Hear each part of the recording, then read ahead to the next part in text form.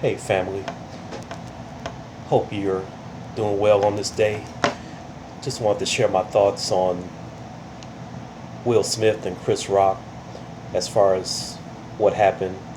We all saw the video and we all have our opinions, who was right, who was wrong. Just wanted to share some different things based on the devotional I read. This is my own personal thoughts tied with the devotional. Opportunity presented. Decisions, choices, thoughts, actions, results, consequences. Balance. Four pillars of a man's heart: king, warrior, mentor, and friend. These four important pillars of a man's heart must always be centered. Off balance can affect our thoughts, decisions, and those around us. You have the opportunity of being a strong, respected king or being an out of control tyrant in King Putin. You can be a strong warrior defending the vulnerable, fighting for justice. Out of balance, you destroy everything in sight in Hulk mad, Hulk smash mode, or not being strong enough. Balance. Every day we have to make decisions. Some are thought out, some are quick.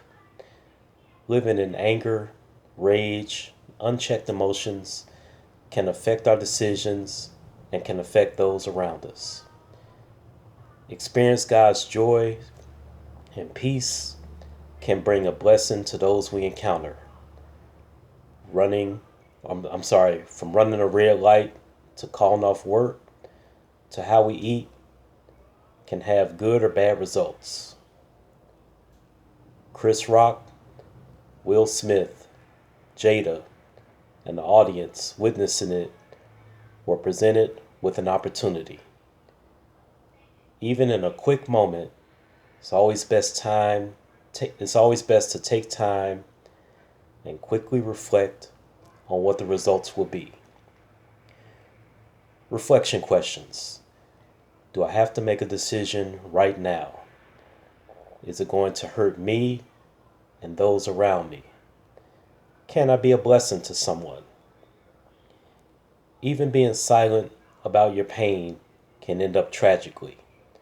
If you think about Michael Jackson, Whitney, Prince, through personal pain, past experiences, the fight for justice, Will Smith made a decision that got approval and disapproval.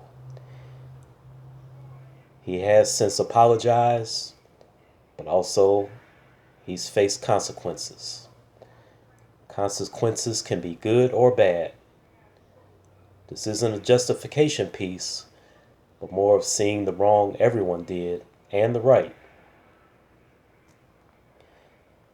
But God, the two words that can bring life to our thoughts, plans, and decisions, sense of hopelessness, and so much more.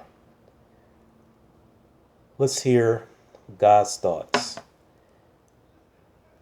Men do not find it easy to say, I was wrong and I'm sorry, but we need to learn. Unless we admit culpability and offer apologies, our relationships will suffer. Nehemiah was the king's cupbearer.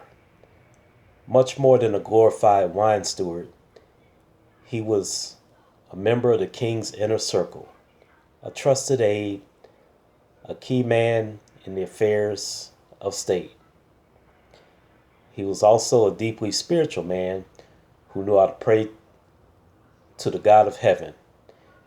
When he heard about the sad state of affairs in far off Jerusalem, Nehemiah made use of both channels. The cultured man who knew how to present wine to an earthly king, also knew how to present prayers to the Heavenly Lord with dramatic effect. Nehemiah's prayers were deeply emotional, springing from a recognition that a situation in which God's people found themselves was directly attributable to their own actions. No whining came from his lips, no questions sprang from his heart, no recriminations found their way into his thinking. God said clearly and unmistakably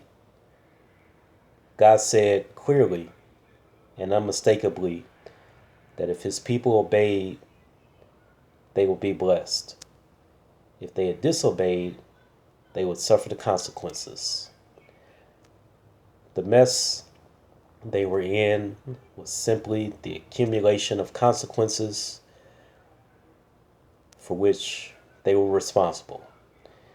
Nehemiah's prayer reflected this insight. Nehemiah confessed sin on behalf of the people as a whole. In itself, this could have been too vague, too fuzzy, too out of focus. True, the people had sinned collectively. But as Nehemiah recognized, collective guilt is the sum total of the individual guilt. Israel's guilt included Nehemiah's own guilt.